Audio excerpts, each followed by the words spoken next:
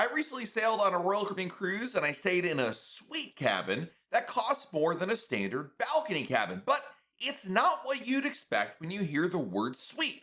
When I told my readers that I spent over $1,200 extra to stay in this type of cabin, many of them thought I was absolutely crazy for spending that much more.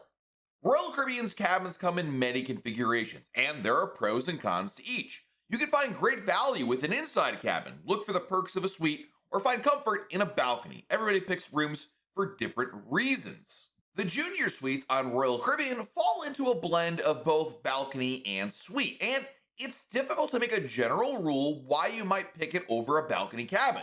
The reason choosing between a balcony or a junior suite is challenging is because of how close in nature they are and because the price gap can be so different depending on the sailing that you pick. Not only could you be also choosing between moving up to a junior suite from a balcony, but maybe you're also debating whether or not you want to go from a junior suite to booking a full suite like a grand suite. I was sailing on Serenade of the Seas, which entered service back in 2003, and it's one of the Radiance class cruise ships.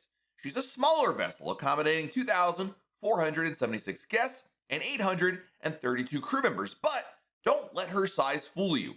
After extensive upgrades in 2012 and again in 2017, plus a refresh of some of the public spaces in 2022, the ship now features modern dining options, upgraded cabin amenities, new lounges and bars, and a poolside movie screen.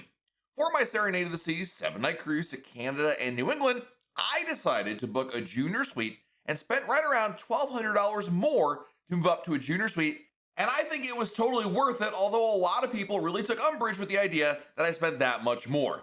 When I try to explain what a junior suite is, I often describe it as an extra large balcony room because in many ways it boils down to that.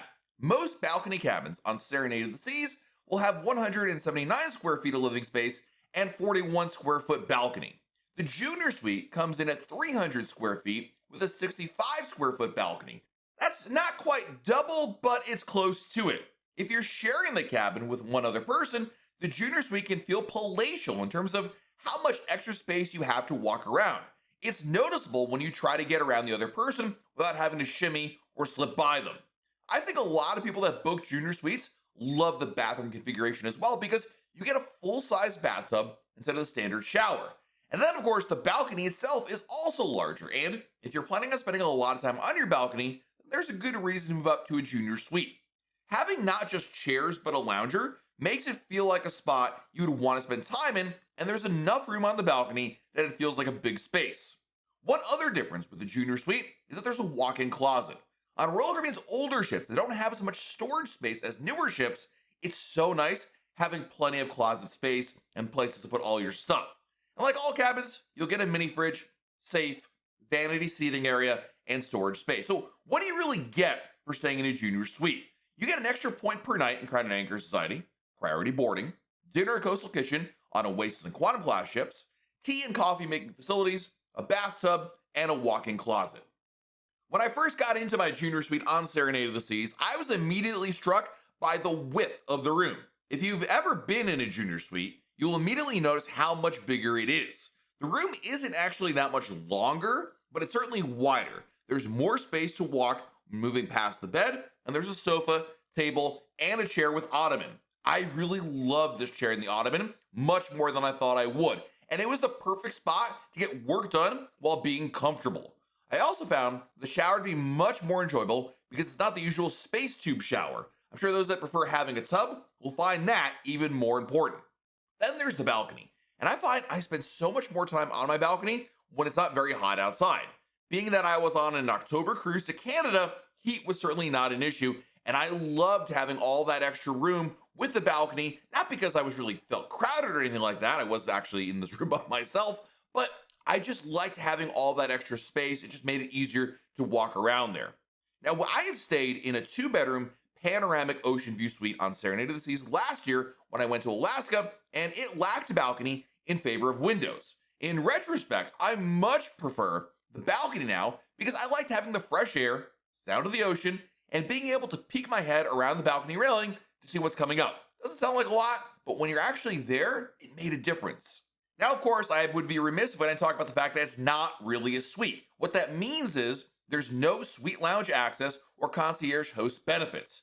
This didn't bother me that much on this particular sailing because I was with a large group of friends sailing on a Royal Caribbean blog group cruise, so I wouldn't want to spend much time in the suite lounge anyway. However, you still get 2 Crown and Anchor points per day for staying in a junior suite, which makes it an easy way to move up the ladder of Royal Caribbean's customer loyalty program. If it matters to you to get to Diamond or Diamond Plus or heck, even Pinnacle for that matter, faster, well then staying in a suite will get you an extra point per night. That means you'll get 2 points per night compared to 1 point per night in a balcony room or any other lower cabin category. In fact, if you're staying by yourself in a junior suite, you'll actually get 3 points per night. And this is probably the easiest way to rack up points as soon as possible. Now, I can sit here and tell you all about the great benefits of a junior suite, but I don't think any factor weighs as much as if it's worth it to book it than how much more it will cost you. You can wax poetically all about why it's worth booking any cabin, but money is what makes the world go round, and it's a major reason for anyone to pick a cabin. In this situation, the cost difference between a standard ocean view cabin and a junior suite came in at $1,258. My junior suite cost $4,181 for 2 people, including gratuities, and it was a refundable cruise fare. My price actually dropped to $3,913 when my wife was dropped from the reservation because she could not make this particular cruise. Now, someone else on my cruise, staying in a standard ocean view balcony, paid $2,655 for 2 people in their room. What I paid and what you'll pay can be very different because the cost difference will vary considerably for every cruise and sailing. And sometimes that price gap between a balcony and a junior suite is negligible, and other times it's really substantial. So why did I think it was worth spending all that much money extra?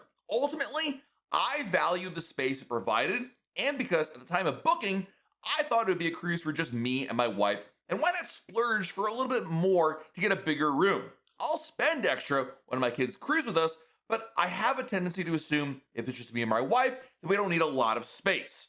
Given that I knew the itinerary would be new and not hot outside, I really thought a balcony was necessary.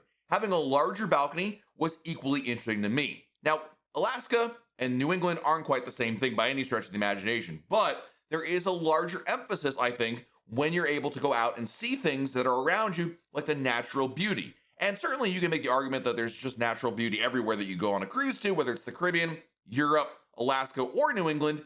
But on this cruise, I felt like I would want to spend more time out there. And maybe I didn't spend quite as much time on the balcony as I thought I would.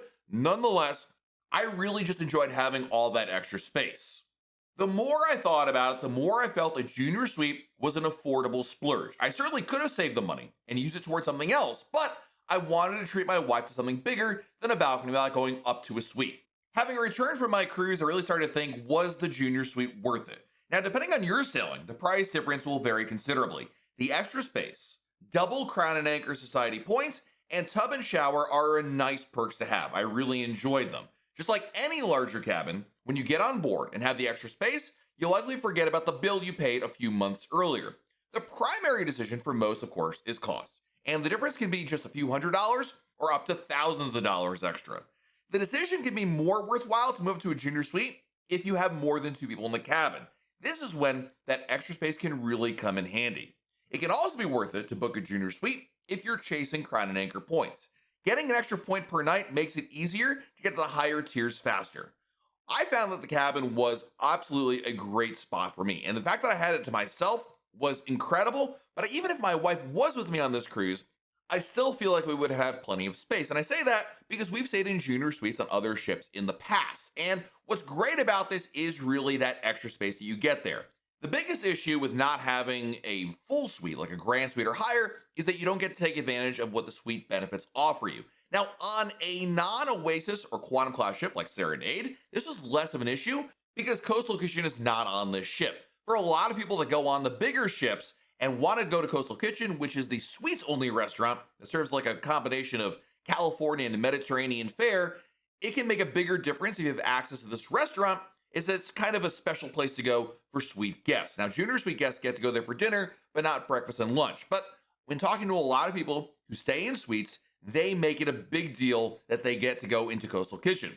Of course, on this ship, that's not an issue there. So really what I missed out on was going into the suite lounge or the services of the concierge. And I love both because the concierge is super helpful, making reservations, taking care of any problems. They're kind of like a guest services for suite guests, and they're really helpful.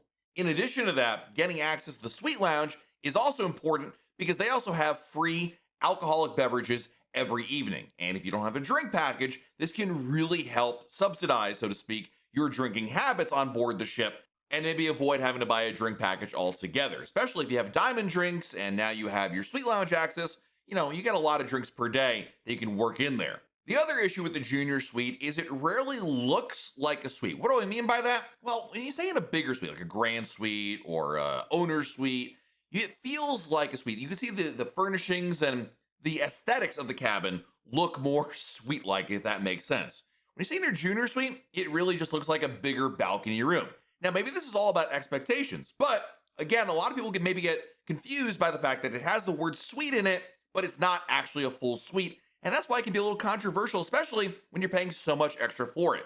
Ultimately, I compare the price of a junior suite to a balcony and then think about who I'm sharing the cabin with, the itinerary, and if I think I'll spend a lot of time in the room or not. How much extra the cabin should or shouldn't cost is a very personal decision. If I had spent $500 more or $1,000 more or $2,000 more, I think people would have different opinions as to how much more that is worth it or not. For me, I thought it was a worthwhile splurge, and splurge is the key word here. Yeah, it's not a suite. I did enjoy the extra crown and anchor points, but for me, I just wanted that extra space. I wanted to be able to stretch out a little bit more. It was a fun opportunity. This was a group cruise, and I wanted it to maximize it in terms of being able to enjoy my time in the cabin.